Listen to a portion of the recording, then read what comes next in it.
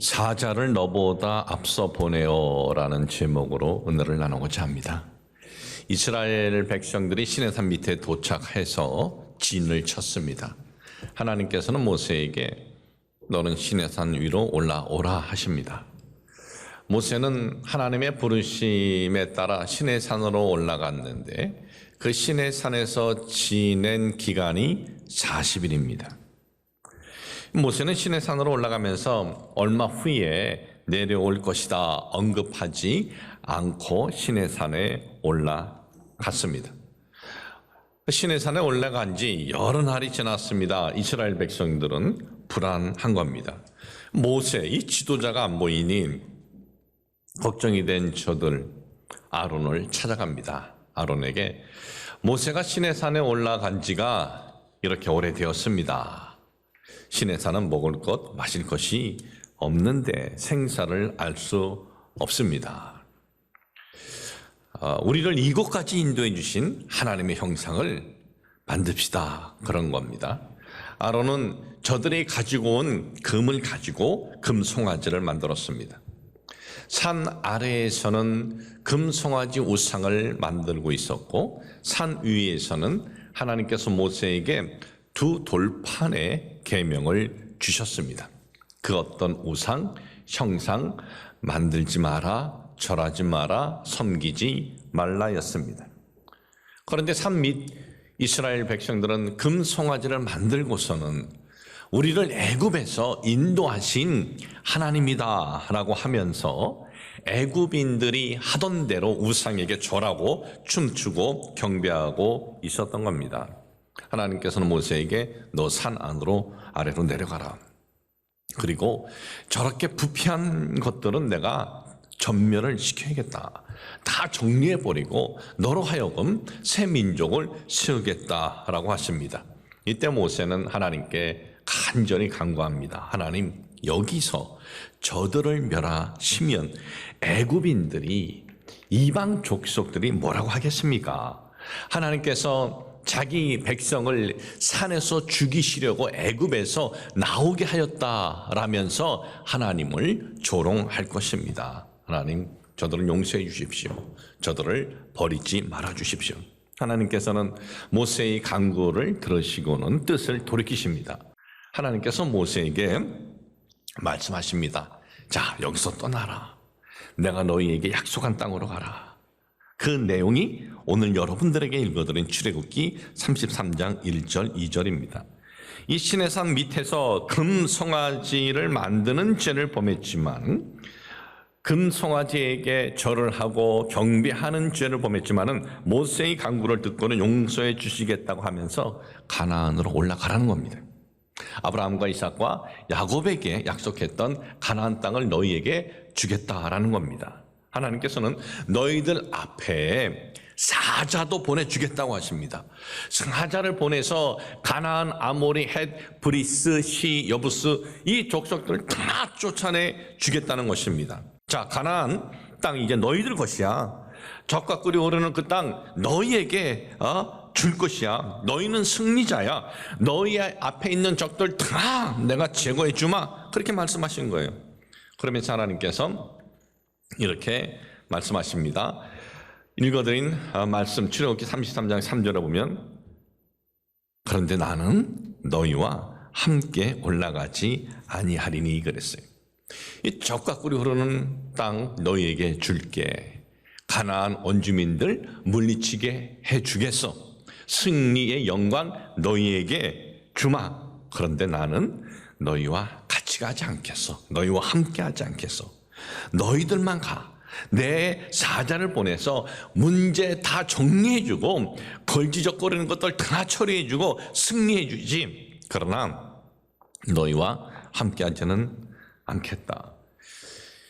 이스라엘 민족은 430년 동안 노예로 있으면서 한 평의 땅도 가져보지 못한 이들인데 저들에게 그 좋은 적과 꿀이 흐르는 땅을 다 준다고 하십니다.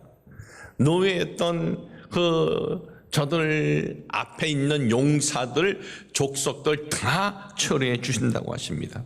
노예로 패배의 삶을 살아오고 패배의식에 사로잡혀온 저들이 승리를 해도 대승하게 해주신다 이거예요. 너희들 손에 피 묻힐 필요 없어. 내가 정리해 줄게. 그러나 나는 너희와는 함께 안 가. 이 말씀을 듣고 이스라엘 백성들이 어떻게 했는지 아세요? 뭐 하나님 안 가셔도 가나안 적 모든 족속들을 다 몰아내 주시고 그 좋은 땅 우리에게 주시고 승리케 해 주신다니 됐네요. 그랬습니까? 아닙니다. 출애굽기 33장 4절 그 다음의 내용을 보면은 백성이 이 준엄한 말씀을 듣고 슬퍼하여 한 사람도 자기 몸을 단장하지 아니하니 저들은 하나님께 금송아지를 만들고 섬기고 절했던 것에 대해서 너무나 큰 죄를 범했기 때문에 감히 하나님 앞에 어떤 말은 하지 못하지만은 하나님께서 함께 하시지 않는다는 말씀에 슬퍼합니다. 그 좋은 땅을 주신다는데도 적들을 물리쳐 버려주신다 해주신다는데도 아멘 할렐루야 응답받았네 하는 것이 아니라 슬퍼해요. 자기의 몸도 단장하지 않아요. 그러니까 그 금이 있고 적과 꾸리는 땅을 잡으러 출발할 생각을 하지 않아요. 모세가 대표로 하나님께 나아가 엎드려 간구합니다. 하나님 안 가시면 저도 안 갑니다.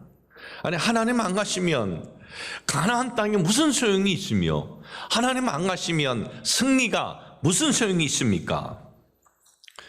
오늘 읽어드린 출애굽기 33장 15절 말씀 모세가 야훼께 아뢰어 주께서 친히 가지 아니하시려거든 우리를 이곳에서 올려 보내지 마옵소서. 하나님 안 가시면 저 안 갑니다. 우리들 모두 거기 보내지 마세요. 이들이 그냥 가면은요 땅을 소유하고 금을 소유하고 돈을 소유하고 승리 다 손에 쥐는 거예요. 그런데 모세는 하나님 안 가시면 안 가겠다는 거예요. 하나님 없는 땅, 하나님 없는 그 형통 필요 없다는 겁니다. 하나님 없이는 그 무엇도 아무 의미 없다라는 것입니다. 가나안 부족들을 물리치고 그 땅을 차지하고 잔치를 열고 축제를 한들 하나님께서 함께 하시지 않는다면 그게 무슨 소용이 있느냐라는 것입니다. 하나님께서 함께 하시지 않는 돈, 하나님께서 함께 하지 않는 권세, 하나님께서 함께 하지 않는 명예는 다 소용이 없다라는 것입니다. 적과 꿀이 흐르는 가나안에 못 올라가도 이 척박한 광야에 우리가 있더라도 하나님께서 함께 하시는 길을 선택하겠다라는 고백이에요. 여러분 이번 주일은요 종교개혁 504주년 되는 해입니다. 종교개혁으로 프로테스탄트, 개신교, 오늘의 교회가 된 겁니다. 504년 전 마르틴 루터의 종교개혁으로 오늘의 이 교회의 성도가 된 우리의 신앙, 우리의 믿음은 어떤 신앙이고 어떤 믿음입니까? 한국 교회 성도들 정말 주여 삼창도 잘하고 가면도 잘하고 기도도 열심히 잘해요. 그러는 우리의 그 신앙, 우리의 믿음은 어떠냐 이거예요. 하나님 함께 안 하셔도 그저 땅 주시면은 아멘이고 하나님 함께 안 해 주셔도 형통케 되면 우리는 할렐루야입니까? 오늘 우리의 마음에 그런 믿음과 그런 신앙이라면 우리의 신앙 개혁, 우리의 믿음 개혁이 일어나야 해요. 하나님께서 함께 안 하시면 땅 형통 필요 없습니다. 성도 여러분, 우리의 신앙, 우리의 믿음의 본질은 하나님이시지 금도 아니고 땅도 아니고 명예도 아니에요. 하나님은 모세의 이 고백을 들으시고 뭐라고 말씀하신지 아세요? 출애굽기 33장 17절에 보면은 내가 너를 안다 그랬어요. 내 이름을 안다 그랬어요. 아니 언제 하나님은 모세의 이름을 모르십니까? 언제부터 하나님께서 모세의 삶을 인도해 주셨는데 모세 이름을 모르십니까? 여기서 하나님께서 내가 네 이름을 안다라는 것은 하나님이 이 모세에 대한 신뢰, 모세에 대한 이 애정의 표현이에요. 그리고 이 모세는요, 육신을 입은 사람으로서 이 땅에서 최초로 하나님의 영광의 모습을 구약에서 보게 됩니다. 그 내용이 출애굽기 33장 21절에서 23절에 기록이 되어 있어요. 야훼께서 또 이르시기를 보라, 내 곁에 한 장소가 있으니 너는 그 반석 위에 서라. 내 영광이 지나갈 때 내가 너를 반석 틈에 두고 내가 지나도록 내 손으로 너를 덮었다가 손을 거두르니 네가 내 등을 볼 것이 얼굴은 보지 못하리라. 하나님께서 이 구약의 모세에게 자신의 영광의 모습을 보여주신다고 그래요. 그리고 보여주셔요. 여러분, 오늘 우리의 소원이 뭡니까? 우리의 바람이. 우리의 소원이 하나님이 내 삶에 함께 하셔야 된다라는 그러한 바람입니까? 아니면 물질, 명예, 함께 하심이 이것이 전부입니까? 사랑하는 성도 여러분, 오늘 우리가 어느 때 열광해야 하고 어느 때 우리가 감동이 있어야 합니까? 하나님께서 우리와 함께 하시는데 우리가 열광하고 하나님께서 우리와 함께 하시는데 우리가 감동을 해야 됩니다. 여러분, 우리의 바람은요, 이루어질 수도 있고 그렇지 않을 수도 있어요. 우리의 바람은 이루어질 수도 있고 그렇지 않을 수도 있어요. 하나님의 사람들도 그 바람이 우리 눈으로 볼 때 이루어질 수도 있고 그렇지 않을 수도 있어요. 여러분, 사도행전 12장에 보면 헤롯 왕이 나와요. 이 헤롯이 누구냐 하면 예수님께서 탄생하실 때 예수님을 죽이려고 했던 헤롯의 손자예요. 하여튼 이 씨앗이 아주 안 좋은 이 집안인데, 이 성령을 받은 주님의 제자들이 이제 복음을 전합니다. 그리고 많은 이적을 합니다. 그러니 예수님을 지고 유대인들이 고심고심하고 있는 거예요. 이 헤롯 왕은 이 유대 땅을 다스리기 때문에 유대인들과 마찰은 없어야 하고 유대 지도자들이 자기를 잘 따르게 하기 위해서 유대인들이 싫어하는 초대교회 지도자 요한의 형제 야고보를 체포합니다. 그 이후에 베드로도 체포합니다. 이때 초대교회 성도들은 어떻게 했겠어요? 체포됐네 이렇게 했어요. 여러분, 제가 목회하면서 어떤 어려움을 당했어요. 여러분들에게 제가 이런 어려움이 있어요, 여러분 기도해 주세요. 그러면 여러분들이 아이고 알아서 이겨나가세요 그러겠어요? 그러면 우리 교회 성도 아니죠. 고목사가 이러한 어려움이 있을 때 정말 우리가 기도해야지, 그런 마음이 일어나는 것이 이게 상식 아닙니까? 초대교회 성도들 야고보, 베드로 놓고 뜨겁게 기도했어요. 뜨겁게 기도했어요. 야곱과 베드로를 위해서 뜨겁게 기도했는데 결과는 너무나 달라요. 야고보는 그냥 목이 잘려서 죽어요. 죽임당해요. 사도행전 12장 2절, 요한의 형제 야고보를 칼로 죽이니 재판도 하지 않고 그냥 죽여버려요. 베드로는 어떻게 되었습니까? 베드로는 천사가 나타나서 그 감옥을 찾아갑니다. 베드로를 옆구리를 치면서 깨워요. 사도행전 12장 7절에 보면 호련히 주의 사자가 나타나매 옥중에 광채가 빛나며 또 베드로의 옆구리를 쳐 깨워 이르되 급히 일어나라 하니 쇠사슬이 그 손에 벗어지더라. 쇠사슬도 벗어지고 옥문도 열리고, 그리고 베드로를 위해서 기도하고 있는 초대교회 성도들을 모인 그 장소로 가요. 똑같은 제자 아닙니까? 똑같은 사도였어요. 똑같이 오순절날 성령 세례를 받았습니다. 베드로, 야고보, 요한은 예수님의 그 제자들 중에 이 세 명은 예수님의 측근들이었어요. 똑같은 헤롯 왕에게 붙잡혔고 똑같은 시기에 투옥당했어요. 그리고 똑같이 성도들은 기도를 했어요. 그런데 야고보는 죽임을 당합니다. 베드로는 천사의 아주 개입으로 기적적인 역사로 풀려나가요. 아니, 하나님이 베드로에게는 역사하고 야고보에는 못하는 거예요? 우리는 이 사건을 볼 때 베드로에게 일어난 사건은 열광하고 아멘 할렐루야 이렇게 하고, 야고보 앞에서는 우리는 낙심하고 이게 뭐야? 해야 됩니까? 아니 하나님은 왜 누군 봐주고 하나님은 왜 누구 안 봐줘? 이겁니까? 여러분, 사람의 시각으로 볼 때는요, 천사들의 기적적인 개입이 있었던 베드로는 응답이 된 것 같고, 야고보는 응답이 안 된 것 같지만 그건 우리의 시각이에요. 하나님 나라의 시각은 달라요.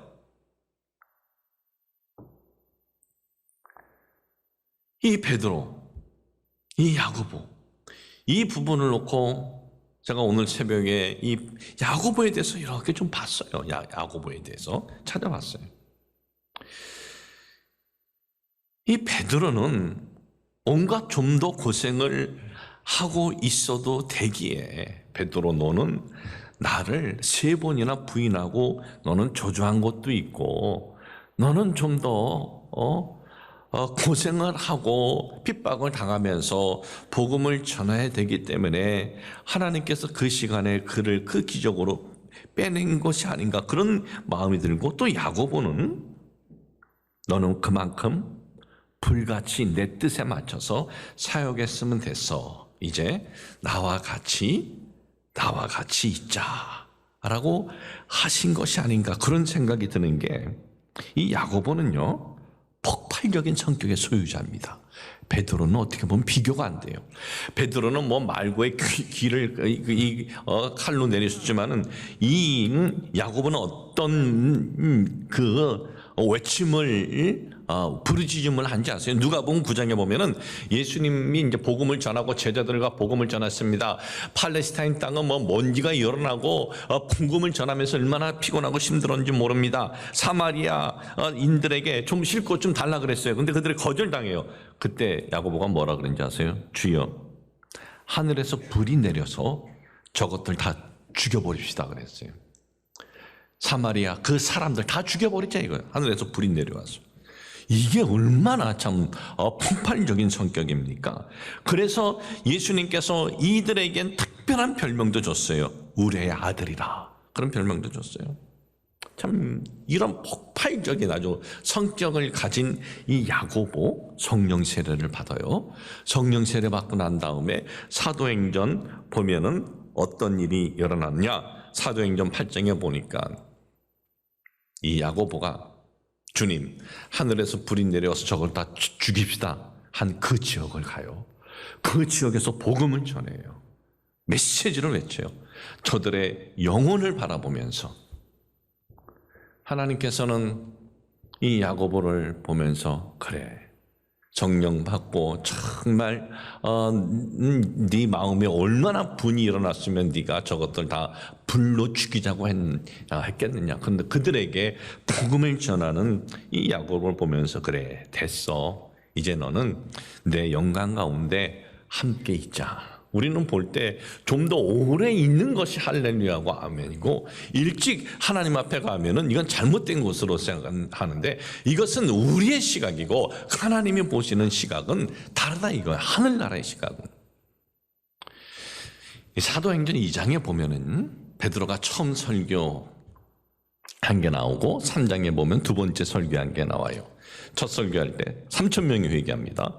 두 번째 설교할 때 5,000명이 그냥 변화돼요. 그러니까 두 번 설교에서 8,000명이 뒤집어진 거예요. 저는 수십 번 설교해도 이렇게 봐서 변화되는 사람이 있는가, 그런 마음이 들고, 22년 동안 설교해도 어떤 분은 어제나 오늘이나 영혼대로 그대로인 것 같은데 두 번 설교에서 8,000명이 뒤집어졌어요.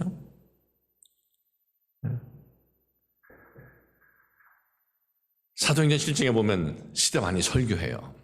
근데 스데반 설교 7장을 읽어보면요, 스데반의 설교는 굉장히 깊어요. 하나님의 구속 역사에 대해 다 압축되어 있고, 그 구속 역사에 대한 아주 통찰이 여기 아주 깊이 아주 쓰여져 있어요. 그래서 설교학자들은 스데반의 이 설교 내용을 보면서 설교학자들이 설교학적으로 베드로 설교보다는 스데반의 설교가 더 뛰어나다라고 하는데, 베드로 설교 두 번에 8,000명이 오겠는데 스데반 설교 한 번 하고 어떻게 되었어요? 맞아 죽었어요, 돌에. 스데반이 돌에 맞아 죽으면서 하나님, 아니 누구는 한 번 설교에 수천의 사람들이 회심해서 변화돼서 돌아오고 나는 한 번 설교에 돌에 맞아 죽어야 합니까? 그렇게 원망했습니까? 베드로의 설교는 하나님이 역사해 준 거고 스데반의 설교에는 하나님이 끊어버린 거예요. 설교에 관해서는 하나님께서 베드로에게는 응답하시고 스데반에게는 응답 안 한 겁니까? 아니 스데반의 설교는 뭐 다른 복음인가요? 그런데 성경에 보면 뭐라고 되어 있습니까? 스데반이 설교하면서 아무로 회심하지 않고 변화되지 않고 돌을 들고 던지는데도 스데반은 그걸 그냥 받아들여요. 하나님, 제가 돌에 맞아 죽으면서 이 상황이 내가 왜 이렇게 상황이 된지 알지 모르지만 그래도 저는 하나님 바라봅니다. 하늘 때 어떤 일이 일어났습니까? 하늘이 열렸어요. 하늘이 열리고 그리고 스데반이 자기 눈으로 본 거예요. 하나님의 영광을 보고 예수께서 하나님 우편에 서신 것을 본 거예요. 두 번 설교에 8,000명을 회심시킨 베드로 이런 영광 보지 못했습니다. 그러나 스데반은 돌에 맞아 죽어가는 와중에 그걸 본 거예요. 하나님의 영광을 보고 예수님께서 우편에 서신 것을 보았다 그랬어요. 예수님은 삼위일체 하나님이라 서 있으면 안 돼요. 앉아 계셔야지 보좌에. 서 계셨대요. 왜? 스데반의 영혼을 받으시려고, 영접하시려고. 그러니까 스데반은 한 명도 회심 못 시켰지만은 자기가 돌에 맞아 죽으면서도 나의 삶의 소원은 하나님 주님 한 분이다 라고 했을 때 하늘 문이 열리고 하늘의 영광을 보면서 예수님의 서서 영접받은 인물이에요. 하나님의 섭리는 모르는 겁니다. 똑같이 교회를 다니면서 대학 입시를 앞두고 있는 수험생 부모가 있어요. 수험 자녀를 위해서 기도할 때 대충 하겠어요? 부모가 자녀를 위한 기도는 대충 기도가 안 되죠. 간절히 기도했어요. 그런데 어떤 집사 아이는 합격되고 왜 어떤 집사 아이는 합격이 안 돼요? 똑같은 교회 다니고 같은 수능 기도회 와서 했는데 같은 교회를 다니면서 사업의 업종을 다르지만 하나님 이 사업을 통해서 내가 교회도 섬기고 하나님 나라를 섬기고 열심히 하겠습니다. 사업을 했어요. 한 성도는 사업이 잘 되는데 한 성도는 사업 문을 닫아버려요. 도대체 무엇이 승리냐 이거예요. 무엇이 응답이냐 이거예요. 환경이 내 뜻대로 돼야만이 승리고 응답입니까? 환경이 우리의 원하는 대로 되는 거 이게 기준이 아니에요. 승리의 기준, 응답의 기준은 그 어떤 환경에서도 나는 하나님을 경외합니다. 나는 하나님을 신뢰합니다. 나는 하나님을 쫓겠습니다. 광야에 있어도 하나님만 있으면 됩니다. 이것이 기준이 되어야 한다라는 것입니다. 그리고 이 종교개혁의 핵심이 뭡니까? 세계 솔라 그라티아, 라틴어 솔라 그라티아, 오직 은혜, 솔라 피데, 오직 믿음, 솔라 스크립투라, 오직 성경인데 오직 성경이 그냥 여기 있는 성경 믿는다가 아니고 성경 전체 내용이 뭐냐 이거예요. 하나님 나라예요. 하나님 나라. 하나님으로부터 시작해서 하나님 나라로 끝나는 것이 성경인데 이걸 내가 믿는가? 이런 믿음을 가지고 내가 한 해 목회해 왔는가 돌아보고, 그리고 다가오는 새해 하나님께서 어떻게 인도해 주실지 몰라요. 성도 여러분, 오늘 우리의 믿음, 우리의 신앙이 뭡니까? 이 땅에 크게 되는 거, 위대하게 되는 거 보니까 그 권세 누렸던 분들도 보니까 80 중후반 되면 그냥 세상 떠날 때 어떻게 돼요? 무덤에 묻히면 썩어지고, 아니면 화장터에 가면은 한 줌의 가루가 돼서 그걸 또 부셔서 뽀개주고, 이게 우리의 삶이 전부면 우리가 왜 하나님 믿어요? 하나님을 믿는다는 건 뭐예요? 천국과 지옥을 믿는 거예요.